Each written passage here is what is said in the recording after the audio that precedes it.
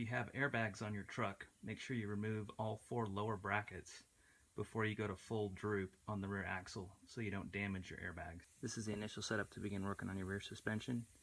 Jack up the rear axle, place jack stands underneath the frame rails, remove the rear tires, and lower the rear axle to full sag. Okay, once you're set up with your axle at full droop, remove the original equipment rear shocks. Work on one side at a time.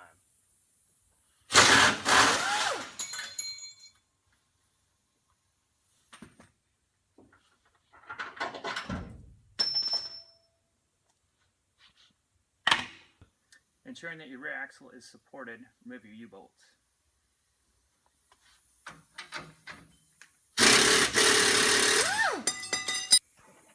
Once your U-bolts are removed, remove this plate. Then use your jack to lower the rear axle, creating access to these pin heads, which will hold with vice grips, and we'll remove the nuts on the top here. C-clamps are a good idea to keep the leaf springs together while we remove the lower overload leaf. When removing the second bolt on your leaf spring pack, make sure you support the bottom of the leaf spring with your hand so it doesn't fall down. That overload leaf is heavy.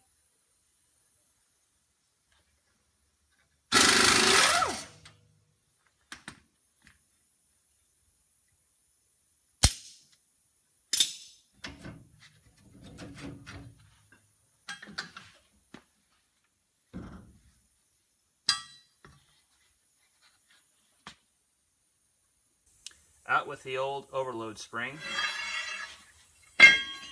and in with the mini leaf pack. This is how you want to set it up. Make sure you reuse these cut leaf springs on the bottom, and also the tin plate on the top. Push the mini leaf pack into place, and tighten down these nuts on the top. It helps to have an assistant for this step. Okay, when tightening your mini leaf pack bolts, make sure you use vice grips to hold the pin head on the bottom. Use your jack to relocate the rear axle onto the leaf springs. Take your top plate, mount it, and then reinstall the core U-bolts. This is a 2500 truck, and now we're going to trim the top of our bolts with an angle grinder.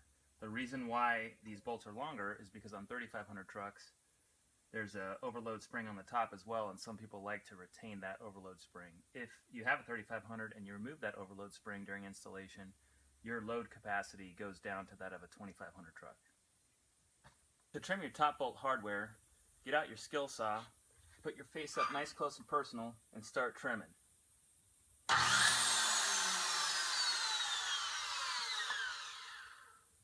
Just kidding. To properly trim your U-bolt hardware, get out your angle grinder and your safety glasses.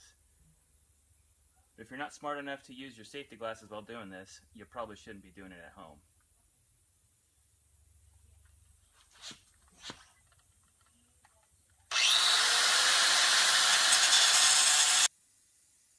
After they're cut, they should look like this.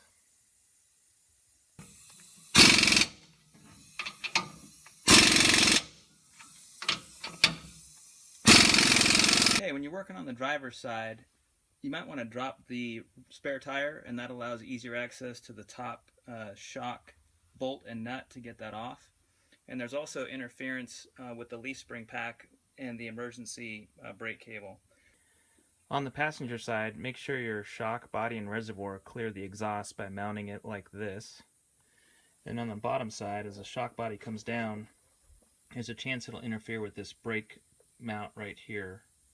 So you want to take a hammer and hammer that in just a touch so that as the shock body comes down, there's no interference at this point.